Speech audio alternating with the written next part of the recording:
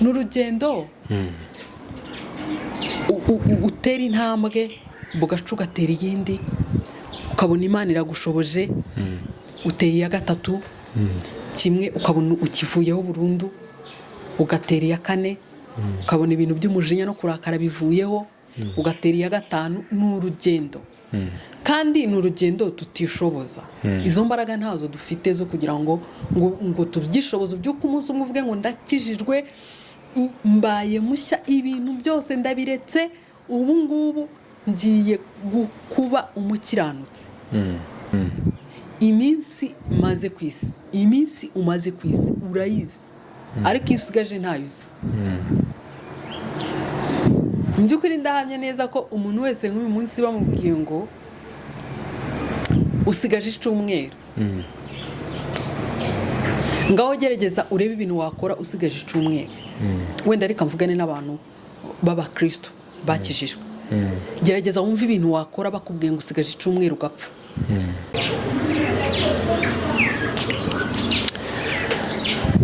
Mwiriwe, mwaramutse bitewe n'aho abantu baherereye. Turabakiriye, tubahaye ikaze muri uyu mwanya tugiye kujyamo mutoya w'ikiganiro. Turasaba ngo tubane namwe mu mwanya muto tugiye kumara tuganira ikiganiro mugiye kumva umutwe wacu. Hanyuma rero utarakanda subscribe uze kuyikanda kugira ngo uzajye ubona ibiganiro byacu ndetse n'indirimbo, ibintu byose binyura kuri iyi chaîne yacu, kugira ngo bizajye bikomeza bifashe imitima y'abantu. Jewe uri kuri micro nitwa Ndayishimiye, hanyuma turi kumwe n'umutumirwa wacu. Reka tubanze tumusabe atwibwire, hanyuma tuze kwinjira mu cyaduteranije cyangwa se cyatumye dukora ikiganiro gitoya. Murakaza neza. Murakoze cyane. Nitwa Mugisha Aline, ndi umukristo, ndakijijwe. Nifuje ko tuganira ikiganiro gitoya. Nakeneye ngo twibaze uburyo dushobora gufata ubuzima, iby'ubu buzima turimo n'ibyo ubuzima bw'umwuka tukabihuza, nta kintu kibangamiye ikindi. Iby'ubuzima tukabikora. Mbese nifuje ko twaganira uburyo ni gute twabikora kugira ngo dufate ubu buzima tubamo bwa buri munsi bwo muri iyi si n'ubuzima bw'iby'umwuka,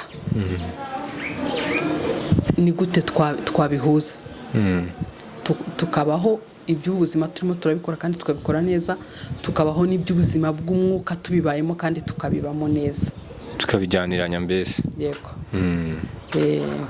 Yakoze cyane, ndumva cyumvikanye. Ni ugufata umuntu tukaba turi mu isi, ariko nanone mu buryo bw'umwuka, ubuzima bwacu bwo mu isi butabangamira uburyo bw'umwuka, nabwo tukaba duhagaze neza. Urakoze cyane. Tuguhaye ikaze rero. Murakoze cyane. Reka twinjize mu kiganiro hanyuma dutangire. Urakoze. Murakoze. Ndabasuhuje bavandimwe muri Kristo Yesu. Imana ikomeze iduhane umugisha. Ndagira ngo tuganire ku nkuru ya Marita na Mariya. Aba bakobwa ndibaza ko turabazi, inkuru yabo turayizi, inkuru ya Marita na Mariya. Iyi nkuru rero ya Marita na Mariya turayisanga muri Luka ibice 10 umurongo wa 38. Reka iyi nkuru wenda tuyisome yose kugira ngo bize kutworohera. Haravuga ngo ibya Marita na Mariya. Nuko bakigenda bajya mu kirorero. Umugore witwaga Marita aramwakira amujyana iwe. Uwo yari afite mwene se witwaga Mariya. Yari yicaye hafi y'ibirenge by'umwami Yesu yumva ijambo rye.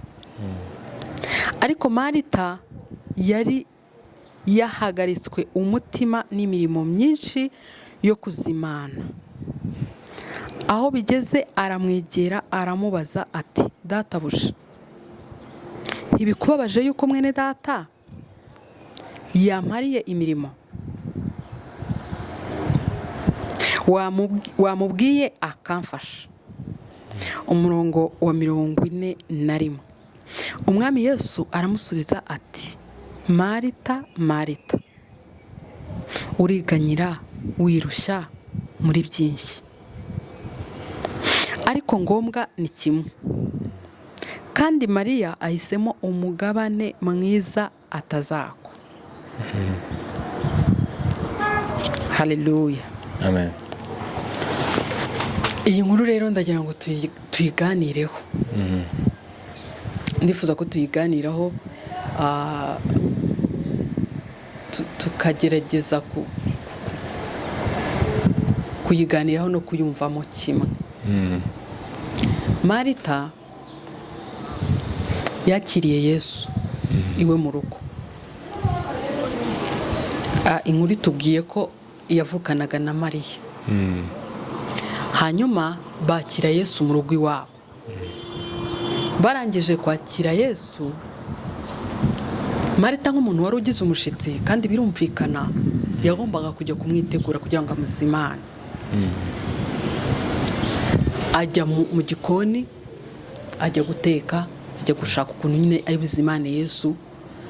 Marita yumvaga ko nyine, kandi nibyo ibintu yakoraga nibyo rwose, yagombaga kuzimana umushitsi waje mu rugo. Yagombaga kujya mu gikoni agateka akamuzimana. Yumvaga ko ibintu ari gukora ari byo. Mariya rero ntiyigeze arunguruka mu gikoni yo Marita ari. Yahise yicara. Bibiliya yatubwiye ngo yari yicaye hafi y'ibirenge bya Yesu.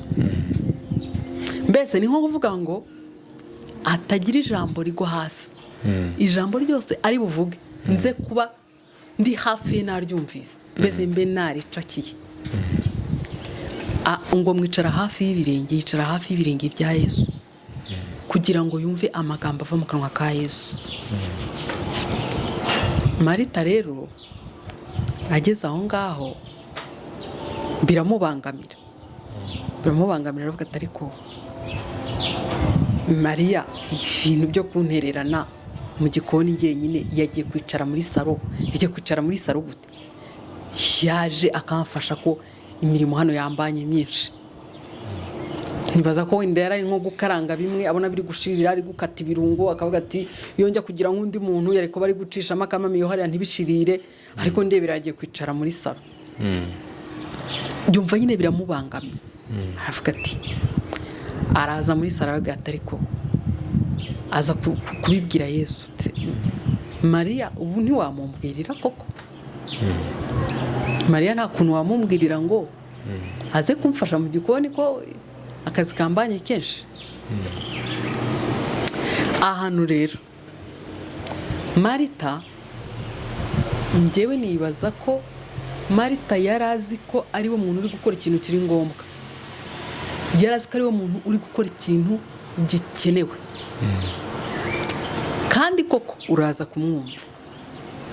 Yagombaga kubikora nyine kugira ngo aze kwakira umushitsi wabasuye. Mariya rero ikintu kigaragara cyo, Mariya ashobora kuba yari afite inyota. Mariya yari afite inyota mu mutima we, yumva amagambo ava mu kanwa ka Yesu arimo aramera nk'amazi akonje ari ku mutima we. Akavuga ati, ijambo ryose, iyo avuze ijambo ryose mba numva ririmo riragera ku mutima wanjye.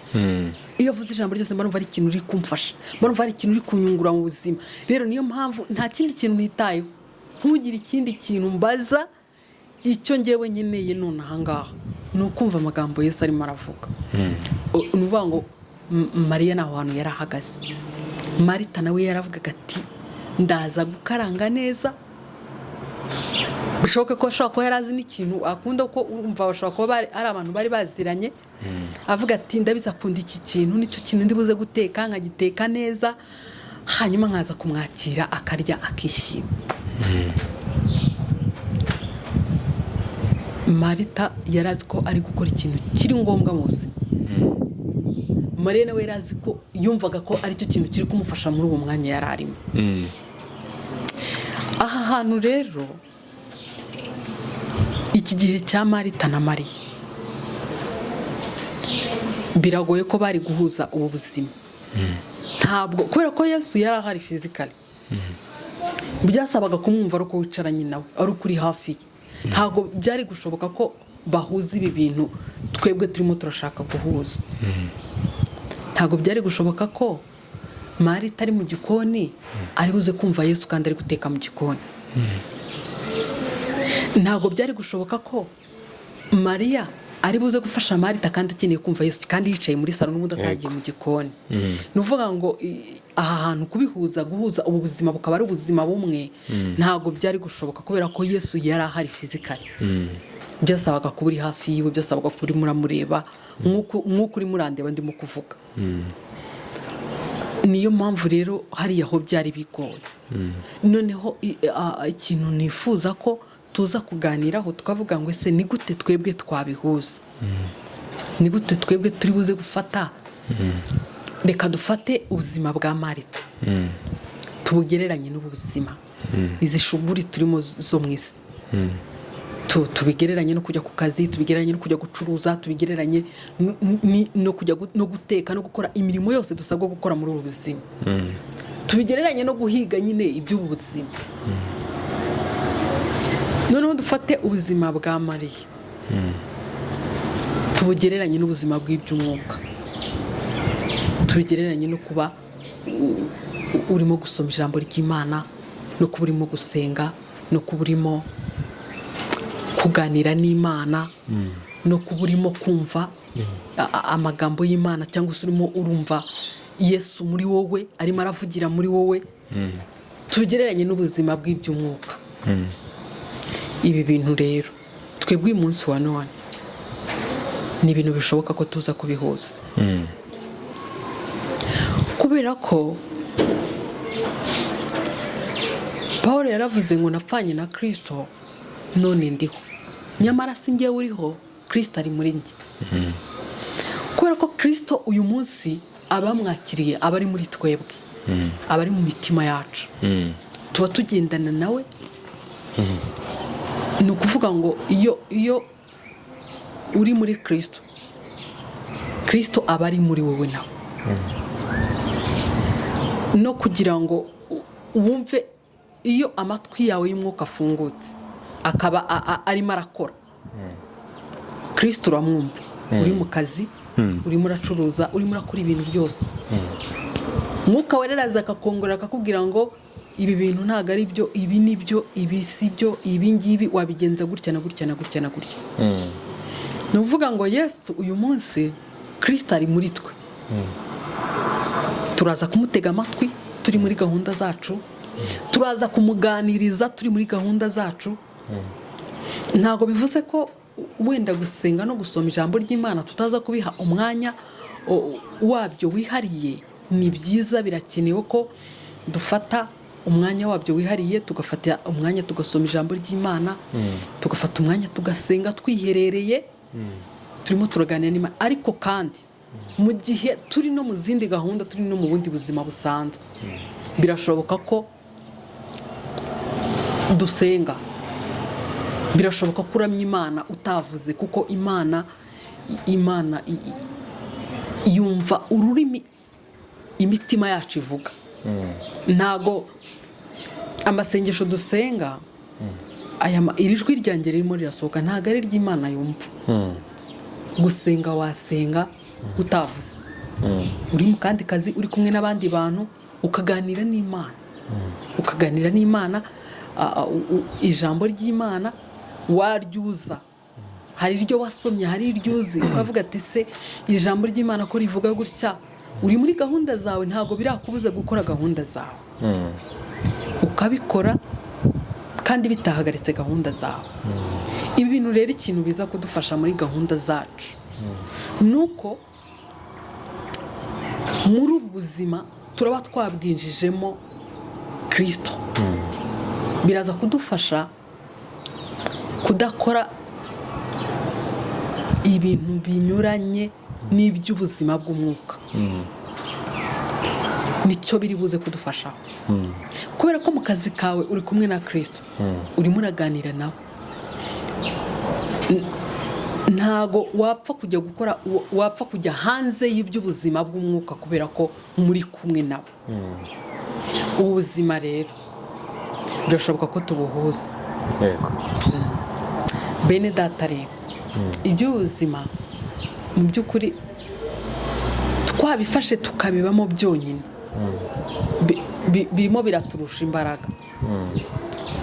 Bifite imbaraga ziri ku rundi rwego, ku buryo usanga ubwenge n'imbaraga nini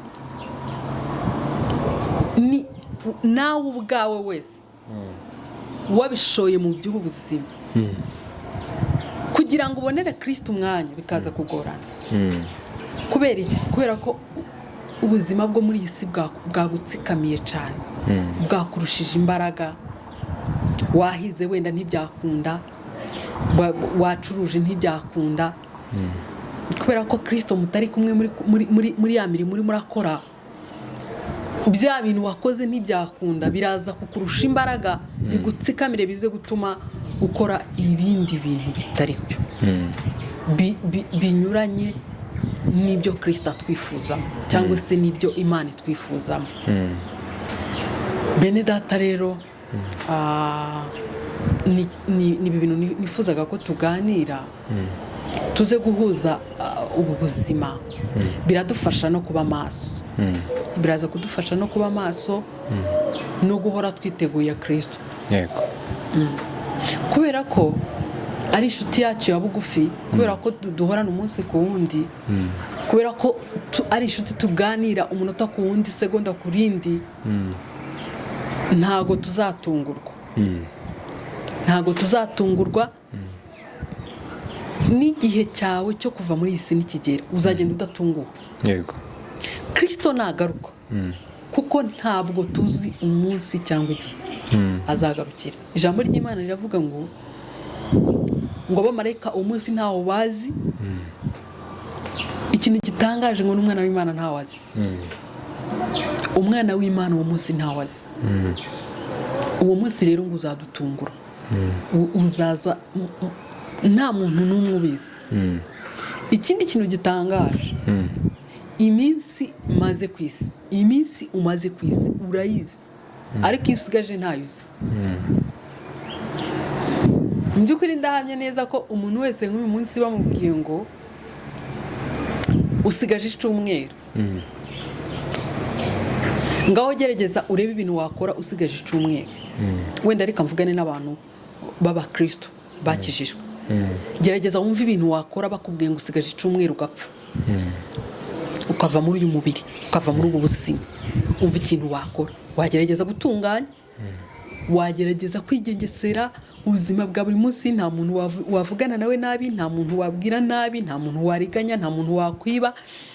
Mbese wakwitwararika kugira ngo cya cyumweru kijye kurangira uhagaze neza. Yego.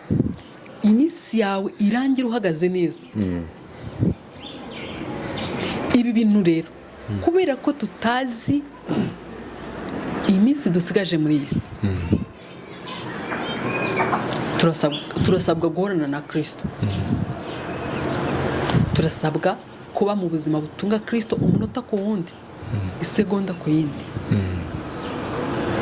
kugira ngo ntituzatungurwe, kugira ngo umunsi wawe nugera, isaha nigera,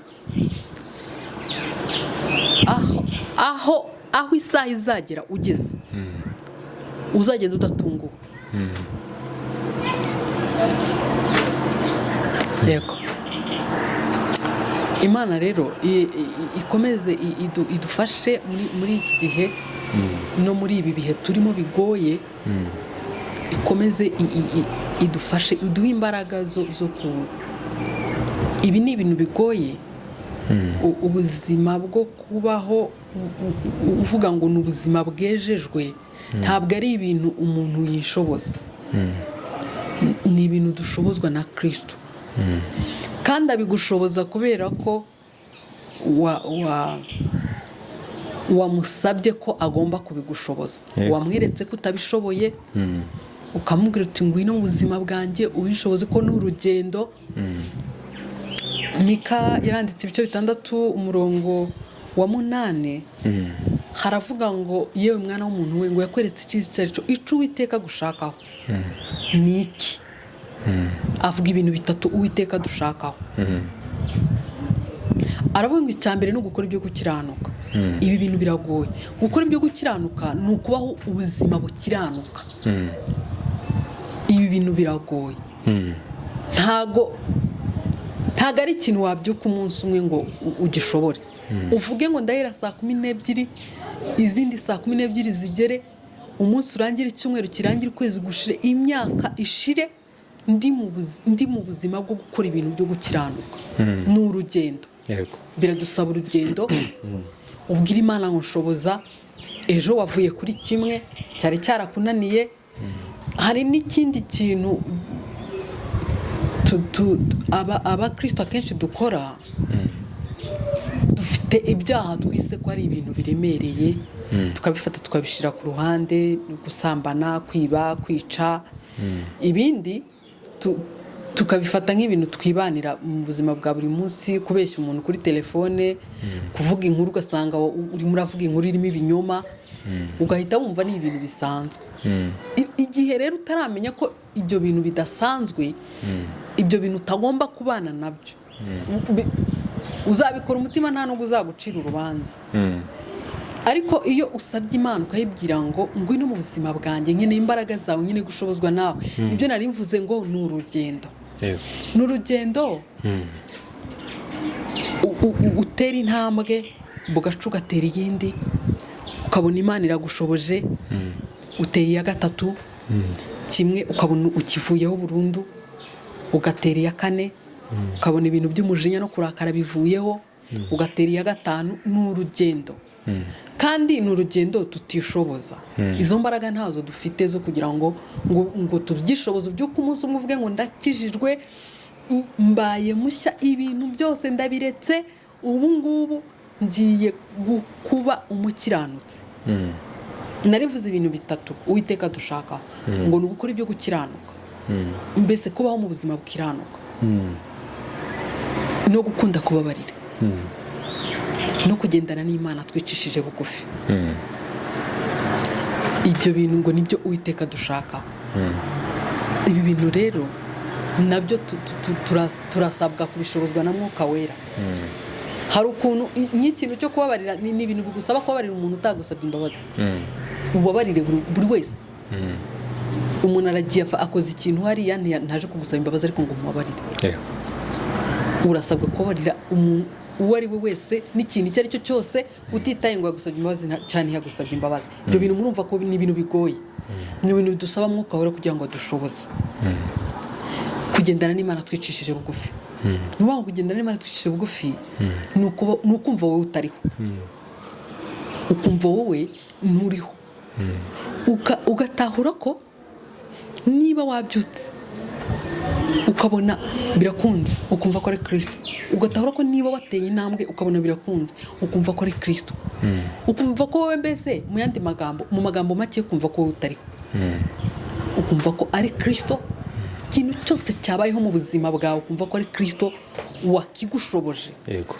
Ntiwumve ko wowe uriho. Rero n'ayo magambo nifuzaga ko tuganira, kugira ngo twongere duhugurane mu by'uru rugendo no mu by'ubuzima. Dukomeze kwegera Imana, Imana izakomeza kudushoboza, iduhe n'imbaraga zo gutuma duhora twiteguye, duhora turi maso.